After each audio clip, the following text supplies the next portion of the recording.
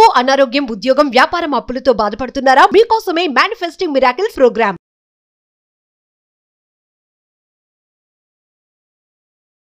నమస్కారం అండి, డాక్టర్ శ్రీ ఆచార్య అనంతకృష్ణ స్వామి గారు. నమస్కారం sir, first of all congratulations. దుబాయ్లో క్లాస్ సక్సెస్ఫుల్గా కంప్లీట్ చేసి వచ్చినందుకు. చాలామంది మంచి మంచి ఫీడ్బ్యాక్స్ ఇచ్చారు, నేను కూడా కొన్ని విన్నాను. చాలా హ్యాపీ అనిపించింది. లాస్ట్ టైం మనం ఆడవాళ్ళకు సంబంధించి చాలా ఎపిసోడ్స్ చేస్తున్నాం. నేను అదే పనిగా కొన్ని కామెంట్స్ చూశాను సార్. పిసినర్తనం చేయొద్దని, గట్టిగా అరవద్దని, నెగిటివ్ చాంటింగ్ అనుకోకుండా తెలియకుండా అన్కాన్షియస్గా మనమే చేస్తూ ఉంటామని. ఇలా తెలియకుండా ఆడవాళ్ళు రెగ్యులర్ లైఫ్కి సంబంధించి చాలా చేస్తూ ఉంటుంటాం. దానివల్ల మనీ ఎఫెక్ట్ పడుతూ ఉంటుంది, పర్సనల్గా మన ఆలోచనలు కూడా నెగిటివ్ ఇంపాక్ట్ చూపించే అవకాశం ఉంటుంది. ఆడవాళ్ళు ఇంకా ఏ ఏ విషయాల్లో జాగ్రత్తలు వహించాలి అంటారు? డబ్బు రావాలంటే ఇంకేం చేయాలి? గజం కేవలం 23,000 రూపాయలతో 165 గజాల భూమి కేవలం 38 లక్షలు మాత్రమే. గట్టిగా రోవడం మానేయాలి. ఫస్ట్ ఇంట్లో గట్టిగా రోడాలనేది మానేయాలి. ఎలా చెప్పాలంటే ఓ సాగదీస్తూ చెప్పొద్దు. రెండోది ఏంటంటే ఆ ఎంత పెద్ద చెప్పే వాక్యాన్ని చిన్నగా చేసుకొని మామూలుగా ఒక చిన్న ఎగ్జాంపుల్ చెప్తాను నేను మీకు. ఒక పిల్లాడు ఉన్నాడు, మాటికి గట్టిగా తలిపేస్తున్నాడు. ఇప్పుడు మీరైతే ఏం చెప్తారు? అరే గట్టిగా ఎగిరా తలపని అంటామా లేదా? అంటాం. ఆ గట్టిగా ఎగిరా తలపనప్పుడు వాడు మైండ్లో గట్టిగా అనేది ఫిక్స్ అయిపోతుంది. అర్థమైంది? కాబట్టి ఎన్నిసార్లు చెప్పినా వాడు టక్కుమనేసి గుర్రమని పరిగెడతాడు వాడు. అవునా కదా? అంటే అటు ఎంత గట్టిగా వేస్తాడో అంతకంటే గట్టిగా అరుస్తారు మేడం. ఇప్పుడు దాన్నే ఇంకో రకంగా చెప్పచ్చు. నాన్న తలుపు మెల్లిగా వేయు వెళ్ళేప్పుడు. ఆ గట్టిగా అనేది వాడు మైండ్లోంచి వెళ్ళిపోతుంది. మెల్లిగా అనేది వాడు మైండ్లో ఉండి అప్పుడు నీట్గా మెల్లగా వేసేసి మీరు అంత గట్టిగా అరవాల్సిన అవసరం లేదు. అర్థమైందా? అలా చిన్న చిన్న వాక్యాల్ని మనం మార్చుకోవాలి. మనకేం కావాలి, ఎలా కావాలి, వాటిని మీరే వీలైనంత మటుకి. నేను ఎన్నోసార్లు చెప్పాను, మీరు ఏంటంటే ఉదయం లేచి నుంచి పడుకునే వరకు పిల్లల గురించి ఆలోచించడం, భర్త గురించి ఆలోచించడం, ఫ్యామిలీ గురించి ఆలోచించడం, ఫైనాన్షియల్ గురించి ఆలోచించడం. మీరు తెస్తారా తర్వాత సంగతి. కాకపోతే ఇవన్నీ మీకెందుకు స్ట్రెస్? బాధ్యతలు వహించండి, ప్రేమలు పెంచుకోకండి. ఆ తల్లి ప్రేమ ఉండద్దా? అవన్నీ వేరే, నేను గతంలో చెప్పాను.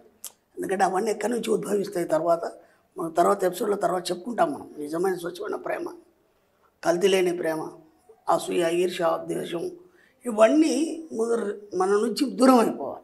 అయిపోయిన తర్వాత అప్పుడు స్వచ్ఛమైన ప్రేమ అనేది ఉద్భవిస్తుంది మనకి. ఓకేనా? ఇప్పుడు మీకు అర్థం కాదు సబ్జెక్ట్. ఇప్పుడు ఏమొచ్చారే ప్రేమ ఉండొద్దు అంటాడు ఆయన, జాలీకరణ ఉండొద్దు అంటున్నాడు. డబ్బు విషయంలో ఉండొద్దు. ఓకే, అన్నిటి పట్ల మనం బాధ్యత మాత్రం వహిస్తాం. ఓకేనా? అలాంటప్పుడే డబ్బు మీ దగ్గరకు వస్తుంది. ఇంకేం చేయాలి? ముఖ్యంగా ఏంటంటే మనకు సెంటిమెంట్లు ఎక్కువ కదా.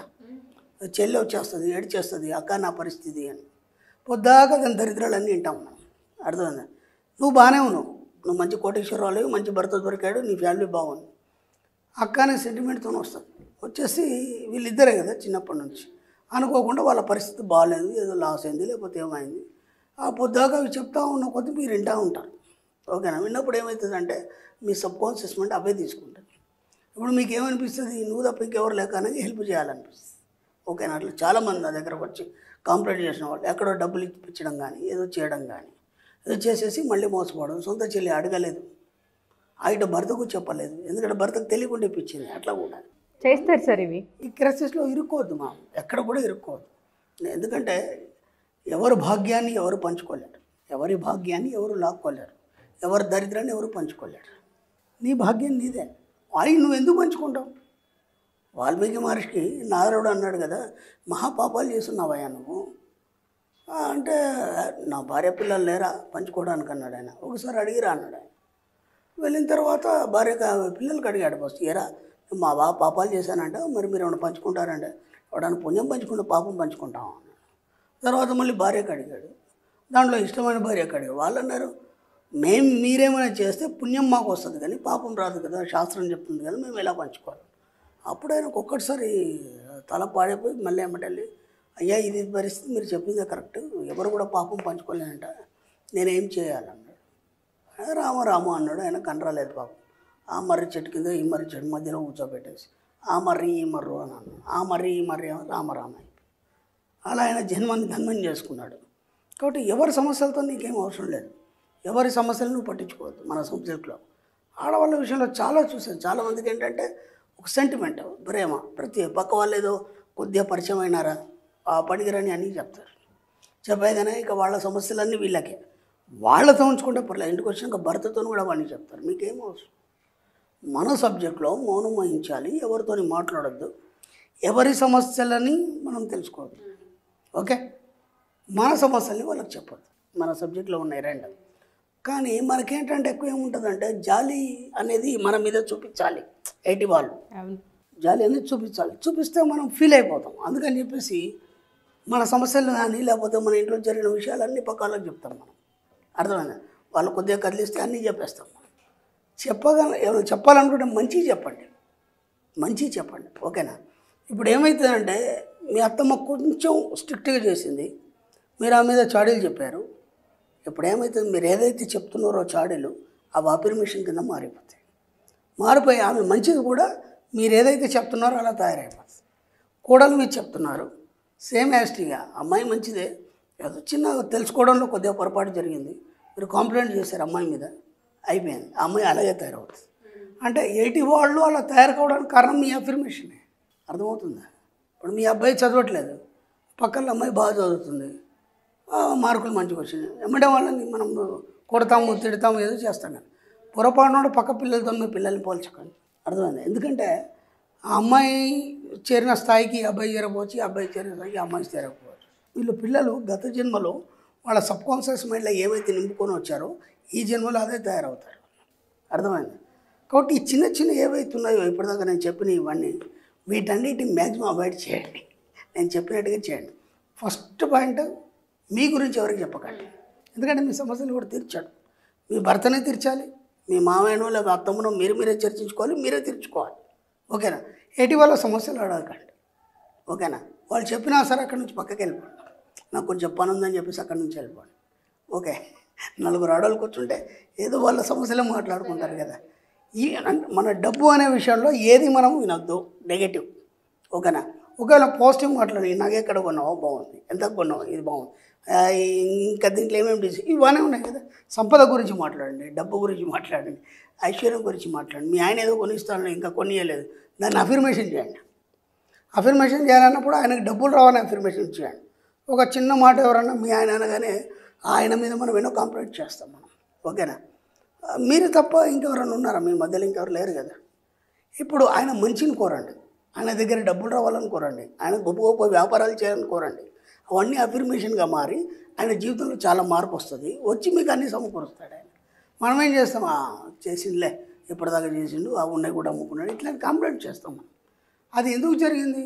నిరంతరం మీరు నిరుత్సాహంలో ఉండి ఆయనను మనం ఎప్పుడు మనం ఏదో అనడం వల్ల అది అఫర్మేషన్గా మారి ఆయన జీవితంలో ఎదుగుదల లేకుండా పోయింది. నేను ఇంతకుముందు మన వీడియోలో నాగరాజు గారితో చెప్పినప్పుడు ఒక వీడియో చేశాను. బాగా డబ్బున్నాడు అబ్బాయి ఉన్నాడు. ఆ బాగా డబ్బున్న అబ్బాయి పెళ్ళి చేసుకొని ఒక 5-6 నెలలు ఒక ఏడాదిలో ఎలా లాస్ అయిపోతాడు. ఓకేనా? డబ్బు లేని అబ్బాయి ఉన్నాడు. ఆ అబ్బాయి కూడా పెళ్ళి చేసుకొని ఒక 6 నెలలు ఏడాదిలో ఎలా అప్పుల పాలైపోతాడు. ఇతని దగ్గరనే డబ్బు లేదు, అప్పుల పాలైనాడు. అతని దగ్గర డబ్బు ఉంది కదా, ఎందుకు అయినాడు? దాని మీద వీడియో చేశాను, అది మీరు చూడండి. ప్రేక్షకులకు చెప్తున్నా, చూడండి. అంటే మనం ఏం చేయాలంటే మనం మాత్రం మన ఇంట్లో మన ఫ్యామిలీతో మాత్రం ఎప్పుడు కూడా ఎవరి గురించి ఎవరు నెగిటివ్ మాట్లాడదు. ఓకేనా? భర్త గురించి భార్య నెగిటివ్ మాట్లాడదు, భార్య గురించి భర్త నెగిటివ్ మాట్లాడదు. వీలైనంత మటుకు పాజిటివ్ మాట్లాడాలి. ఇప్పుడు వాడికి అవకాశం ఉండదు కదా మనకి. ఎలా మీ ఆయన మంచిగా మంచిగా అని చెప్పండి. రోజు వచ్చి తాగుతాడు అవన్నీ మీకు సంబంధం లేదా? ఓకేనా? మిమ్మల్ని బాగా చూసుకుంటున్నాడా? అన్నీ బాగానే ఉన్నాయని చెప్పండి. ఇప్పుడు ఏమైతే అది అఫర్మేషన్గా మారి మీకు అన్నీ బాగా మారిపోతాయి అవి. ఓకేనా? ఇలా ఒకటి మార్చుకోండి. ఎందుకంటే నేను స్టార్టింగ్లో డబ్బు గురించి చెప్పాను. ఓకే, డబ్బు ఎలా వస్తుంది, దానికి సంబంధించినటువంటి వాక్యాలు మనం ఎలా చెప్పాలని చెప్పాను. ఇక్కడికి వచ్చేసరికి అంటే ముందు మీ జీవితాన్ని మార్చుకోవాలి. అంటే మీ చుట్టుపక్కల పరిసరాలు కానీ మీ జీవితం మీరు మార్చుకుంటే కానీ అవన్నీ రావు. అర్థమైందా? స్టార్టింగ్లో మనం ఇవన్నీ చెప్పినాం అనుకో, ఇలా ఎవరైనా చెప్తారా అనుకుంటారు. అందుకని చెప్తున్నాను, మన సబ్జెక్ట్లోకి రావాలన్నప్పుడు ఒకటి స్టెప్ బై స్టెప్ మార్చుకొని మీ యాటిట్యూడ్ని మార్చుకొని మెల్లిగా సబ్జెక్ట్లోకి రండి. కొత్త వాళ్ళ గురించి చెప్తున్నాను. పాత వాళ్ళకి అలవాటు అయిపోయింది, బాగా సంపాదిస్తున్నారు. మనం అచీవ్మెంట్స్ మనం చూస్తూ ఉన్నాం, ఇన్స్టాగ్రామ్లో పెట్టాం, మన వీడియోలో కూడా పెట్టాం. కాబట్టి నేను చెప్పినట్టు చేసుకోండి. మీరు అందరూ కూడా కోటీశ్వరులు కావాలని నా కోరిక. Thank you so much sir. ఎందుకు అంటే చాలామంది ఆడవాళ్ళం సెంటిమెంట్స్, జాలి ఈ రెండింటి దగ్గరే ఆగిపోతాం, అక్కడే జీవితాలు ఆగిపోతూ ఉంటుంటాయి. ఇదే గొప్ప ఏమో అని ఫీల్ అవుతూ ఉంటుంటాం. బట్ అదే అవాయిడ్ చేయాలన్న పాయింట్ చాలామందికి తట్టదు. ఎందుకు మళ్ళీ అది లేకపోతే ఎట్లా? అది ఉండాలి. అది స్వచ్ఛంగా మీ లోపల నుంచి తర్వాత ఉద్భవిస్తుంది.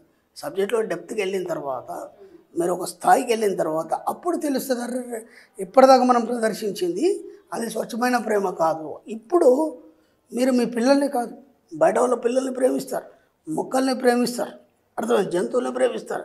మీకు తెలియకుండా అనంతమైన ప్రేమ మీలో నుంచి ఉద్భవిస్తుంది. మీరు స్ప్రెడ్ చేయగలుగుతారు.